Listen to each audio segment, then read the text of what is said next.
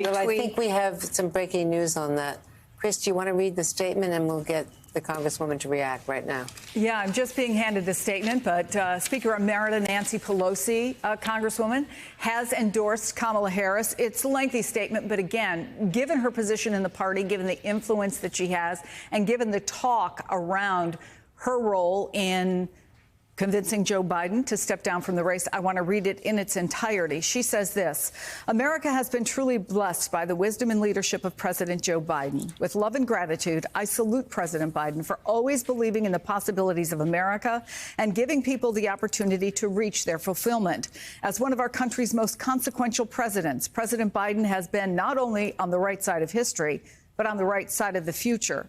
Today, it is with immense pride and limitless optimism for our country's future that I endorse Vice President Kamala Harris for President of the United States. My enthusiastic support for Kamala Harris for President is official, personal, and political. Officially, I have seen Kamala Harris's strength and courage as a champion for working families, notably fighting for a woman's right to choose. Personally, I have known Kamala Harris for decades as rooted in strong values, faith, and a commitment to public service. Politically, make no mistake, Kamala Harris, as a woman in politics, is brilliantly astute, and I have full confidence that she will lead us to victory in November. In the Democratic Party, our diversity is our strength and our unity is our power.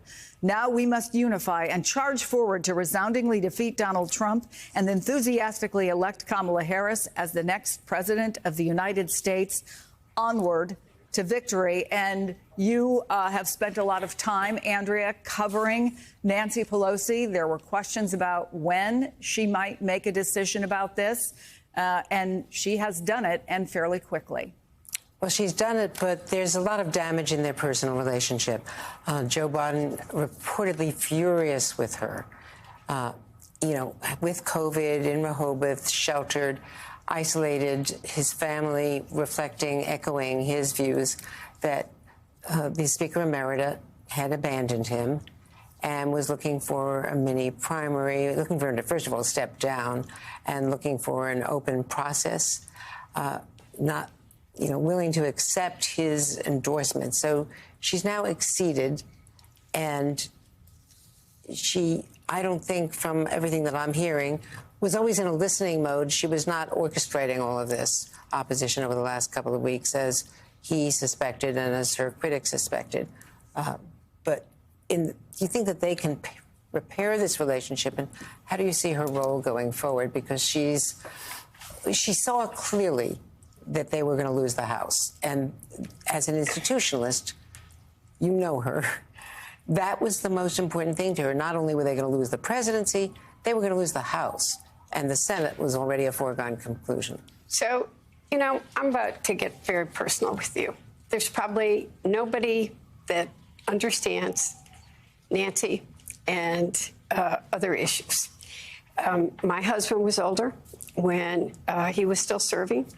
And Nancy Pelosi, quietly, but not so quietly, everybody saw the fingerprints, had her own selection for chair of the Energy and Commerce Committee.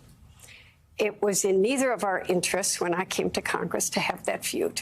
And actually, I made clear after it happened that you don't forget. It hurts. We had to work together when John was still there. We would not have gotten the Affordable Care Act passed had John Dingell not brought along a lot of members of that caucus. Right now, unity is the most important thing that we have. We need to have a very open and transparent process. This cannot be a coronation. Each of us has a right to do and to endorse. I endorse for very different reasons than Nancy did. And by the way, Nancy Pelosi's endorsement probably doesn't help Kamala Harris win Michigan at all, if you want me to be that blunt. Well, let's talk about Michigan, because, Kamala Harris has not been particularly popular with white males, with the important voters in battleground states in Michigan, Pennsylvania. She's not been popular with a lot of those voting blocs. What do you think she can do? What about the UAW? You know? Well, I've already talked to the UAW. I've talked to many members of leadership that are enthusiastic. I suspect that down the road you're going to see unions get very strongly behind her. You're starting to see them come out. But even the UAW endorsement doesn't mean you don't have to get into the halls. We have it. I'm not going to lie. We have a union problem in Michigan. But I think when we get in the halls, we have to I'm tired of the circular firing squad. It's got to stop. Now we've got to unite. And it's not just the vice president's responsibility. It's all of our responsibilities to pull ourselves together, to talk about the issues, to make the contrast of what the difference is between that Donald Trump's Project Trump 25 wants to take away overtime from workers. Remind people who, and I think we're going to roll up our sleeves. Michigan's not gone yet, Andrea. And usually a vice presidential choice does not make a big difference. In this case, does it, and who would help? I think, as I said yesterday, our heads are still spinning. The vice presidential candidate will matter. I think they've made it very clear on the Republican side. I hear they're going to live in Michigan. Well, you know what? We're going to live in Michigan. And we, the governor, myself, the women of Michigan, know how to win races. We're going to roll up our sleeves. We're going to unite. And we are going to make sure people know what's at stake, like a woman's right to choose. Donald Trump says Roe versus Wade is his proudest accomplishment. We're going to remind every single woman that Donald Trump doesn't think they have a right to make their own health care decisions. We're going to remind the union workers that Donald Trump that Joe Biden walked the picket line. And Joe Biden said, get rid of the head of the UAW for fighting for their jobs. We have lots of things. And if we do our work, we roll up our sleeves, I'm going to go in every union hall I can get in Michigan between now and the election day. And listen to the women of Michigan. We're going to work our hearts and souls out. Congresswoman, it's Katie Tur.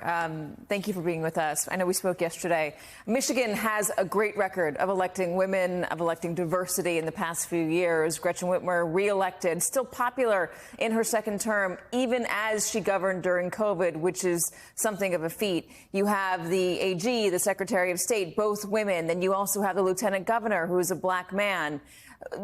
Michigan, clearly the voting blocs of Michigan are not sexist and they're not racist, obviously. They are coming out there and they are voting for the best candidate on the ticket.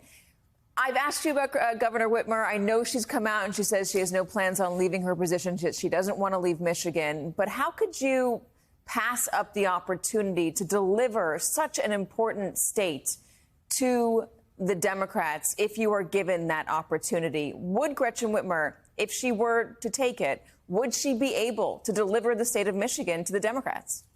Katie, I hate these theoretical questions, which I told you yesterday. And as you know, she again today said, I'm not leaving Michigan. But I can tell you, I would support her when she runs for anything, anywhere. She is still popular. And whatever office she runs for, she's going to help win Michigan. But I want to take you back to what she said today. She has strongly endorsed the vice president, and she's not leaving Michigan this year. And let's talk about Schumer. Let's talk about Hakeem Jeffries. We're going to hear from Hakeem Jeffries now. Isn't the Let's see. Everybody's looking for. It's not. I said this to the president a week ago. I don't care about the donors. Leadership matters. I respect my leadership. The donors are reacting. I know positively. that, but it's the American people. Right now, the vice president has to go out and sell herself to the delegates. We, as elected officials, we have a right to endorse. I endorse in most presidential elections, unless I'm trying to move the presidential primary. But right now, it's nice to have these elected officials. There were rumors about was there some kind of, something going on between Kamala and Nancy. So I think it's good she came out, shut that down so we can get rid of those rumors. Unity matters. But Hakeem's got to lead a caucus where other people are frontliners. They're from the Midwest. They're figuring it out. Well, she's got to do right now is the delegates. She's got to sell herself to the American people. Elected officials don't elect the president of the United States. The working men and women of this country, the voters, are the ones that are going to elect the next president of the United States. Congresswoman Dingell, it's Chris Jansing, and Katie and I, as she noted, were talking to you yesterday. And I want to ask you about a question we have been asking many voters in key states like yours, which is America ready for a woman president? There was so much conversation about it when Hillary Clinton ran for president. But as Katie rightly points out, in your state, Michigan, women in leadership roles.